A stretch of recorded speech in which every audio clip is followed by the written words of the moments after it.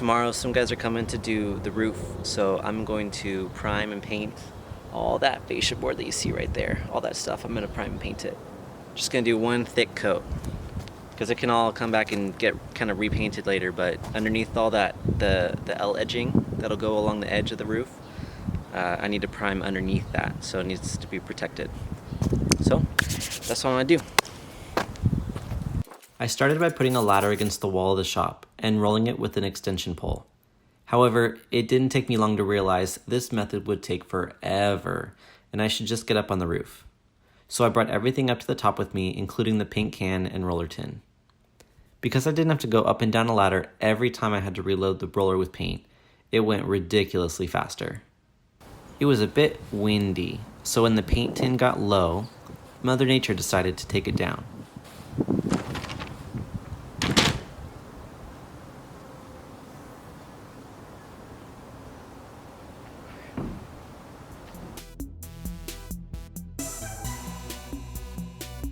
Like I said before, there's going to be an L-shaped flashing hanging over the edge of the roof underneath all the shingles and such.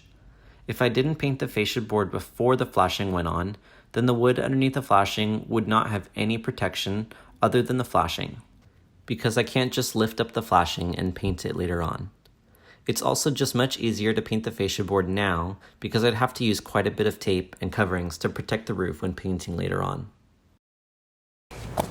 Okay, well, painted all of it, all up there, and all the sides, everything around. It's kind of cool to see just the beginning of all the paint. So you can finally get some color. Although, well, I guess white isn't much of a color, but starting to get beautified. Okay. The next day, the guys showed up, and before I could even walk outside, they were already rolling. A roof is made up of several layers to protect the structure from the elements. Obviously, the first layer is the OSB sheeting that was put on with the framing to make the roof walkable and nailable. The next layer is a thick paper to protect the wood sheeting. They had already rolled out most of the paper and were waiting on delivery of the shingles and other materials. As you go up the roof, everything is stacked on top of each other. Therefore, when it rains, water can only go downhill and not get caught underneath something. The L flashing was placed on the edge of the roof underneath the paper, then nailed down. All the materials of the roof have to be brought up by hand. The delivery truck has a conveyor belt to move the materials directly to the roof, but since this building is in the back, it has to be brought up manually. The first part of the shingles to go on is the edging. Since shingles overlap, there's generally 2 layers of shingles over the entire roof.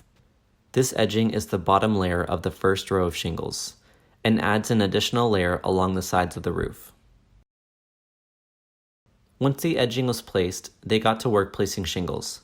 They started on one side and worked their way to the other side, staggering the seams so any water flows down the roof and doesn't work its way underneath anything. There are a few things that pop up through the roof, such as the drain vents and attic vents. There are special flashings that cover the holes and blend it into the roof pattern. For this roof, there are 2 drain vents and 2 attic vents. One attic vent is on the other side.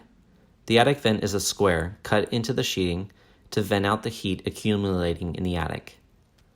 They kept going with the shingles all the way to the end of the roof.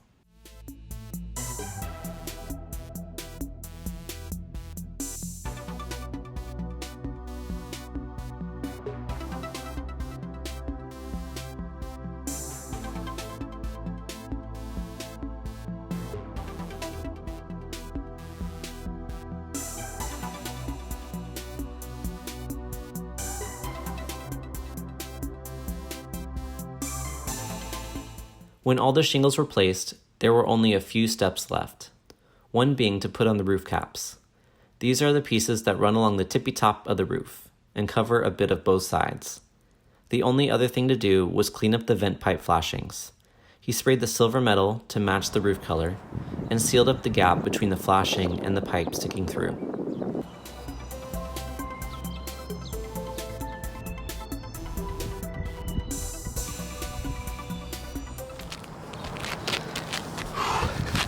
So, the roof is now done.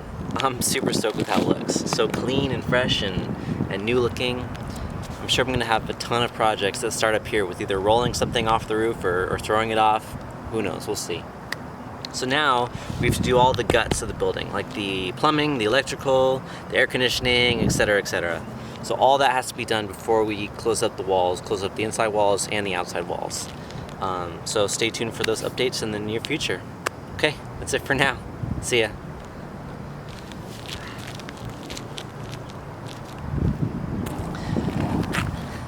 Can't resist.